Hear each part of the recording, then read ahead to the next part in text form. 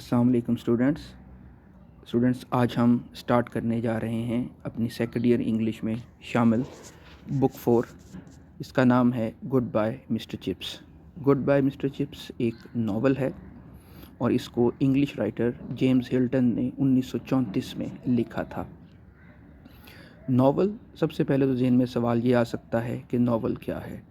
तो नावल अदब के 3 मेजर किस्मों में शामिल है, एक पोइट्री, दूसरा ड्रामा और तीसरा नावल। नावल अमूमन प्रोज़ में लिखा जाता है और ये अंग्रेज़ी अदब का सबसे लेटेस्ट जॉनरा या हम काइंड कह सकते हैं। नावल की आगे स्टूडेंट्स मुख्तलिफ़ काइंड्स होती हैं।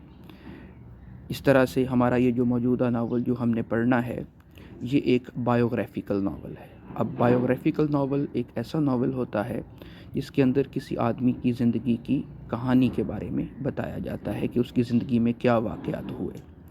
तो ये एक साइकोलॉजिकल नावल भी है। साइकोलॉजिकल नावल एक नावल की जदीद किस्म है और इसके अंदर एक्शन जो है वो दूसरे नावल की निस्बत ज़रा मुख्तलिफ होता है, क्योंकि साइकोलॉजिकल नावल के अंदर एक्शन अमूमन राइटर किसी किरदार के जहन में होता है और फिज़िकली बहुत कम एक्शन होता है। तो इसी तरह हमारा ये जो novel goodbye mister chips है, इसके अंदर जो हमारा मेन किरदार है मिस्टर चिप्स, ये पूरे का पूरा नावल उसकी ज़िंदगी के बारे में है और उसकी ज़िंदगी के मुख्तलिफ़ मेमोरीज़ जो उसके जहन में चलती हैं उनको मुख्तलिफ़ चैप्टर्स में डिवाइड करके इसको बनाया गया है।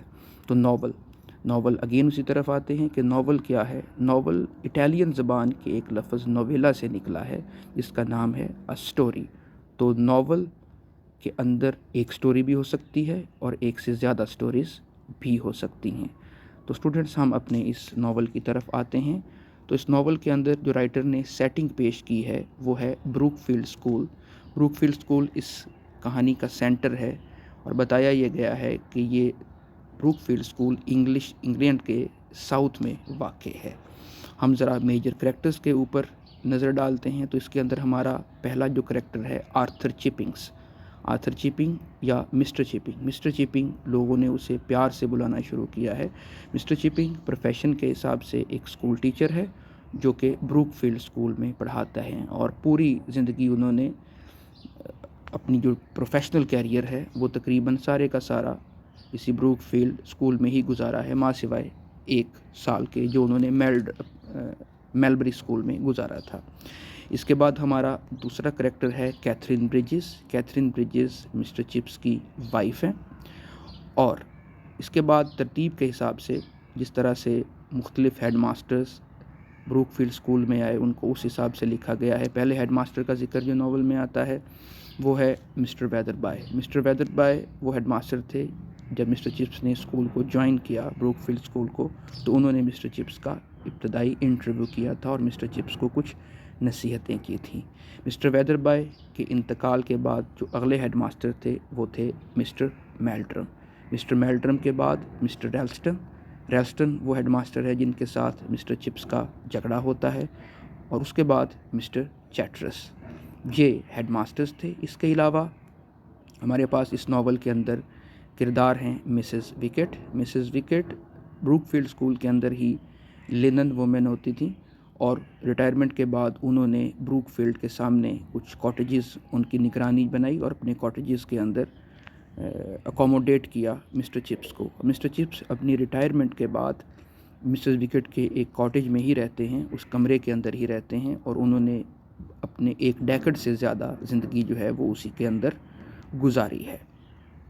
इसके बाद हमारा अगला अहम किरदार है डॉक्टर मैरीवेल मिस्टर चिप्स के फिजिशियन हैं और बार बार मिस्टर चिप्स को चेक करने आते हैं। उनके ओपिनियन के मुताबिक मिस्टर चिप्स अपनी उम्र के हिसाब से बहुत सेहतमंद हैं।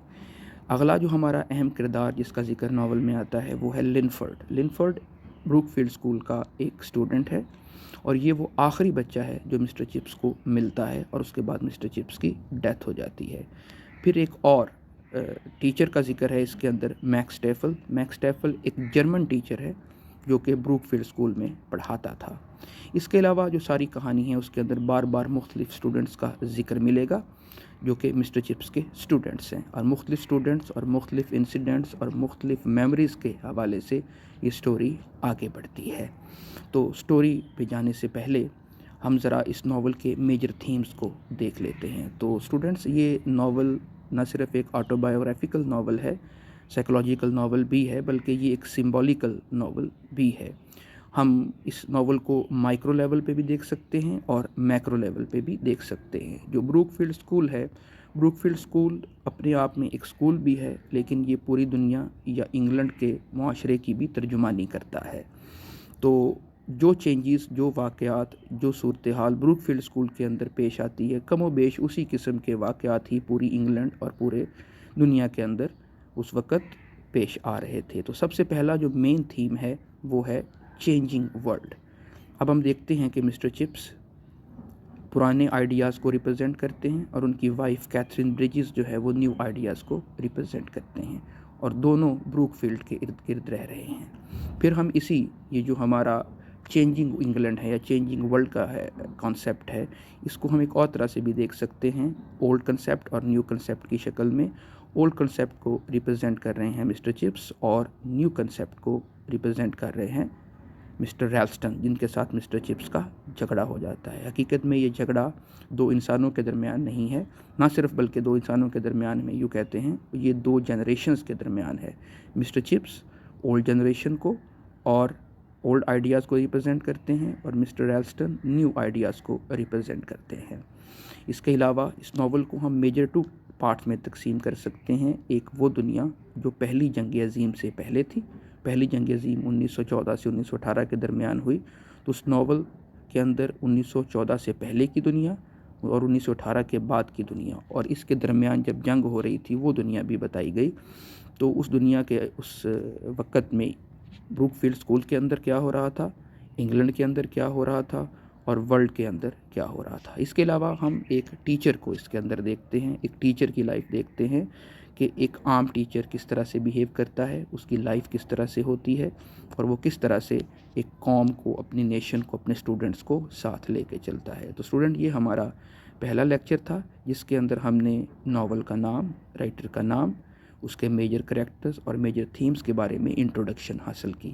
انشاءاللہ ہم اپنے اگلے لیکچر کے اندر، جو کہ ہمارا لیکچر نمبر 2 ہوگا گڈ بائی مسٹر چپس کے حوالے سے، اس کے اندر ہم اس کا پہلا چیپٹر ڈسکس کریں گے، اور اس کے اندر ہم ڈیٹیل میں جا کے پھر دیکھیں گے کہ پہلے چیپٹر میں کیا ہوتا ہے۔ Thank you.